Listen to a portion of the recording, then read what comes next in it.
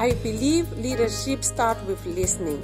That is why I'm on a national listening tour, hearing directly from the people about the issues affecting their family. And what I have found, whether they are farmers, students, teachers, entrepreneurs, religious leaders, doctors, government workers, they all want a new Madagascar. A Madagascar where people are safe and prosperous and our children are educated.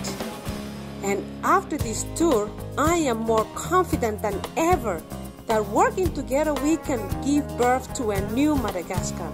A Madagascar our ancestors will be proud of, and where all Malagasy people alive now and those yet to be born will flourish.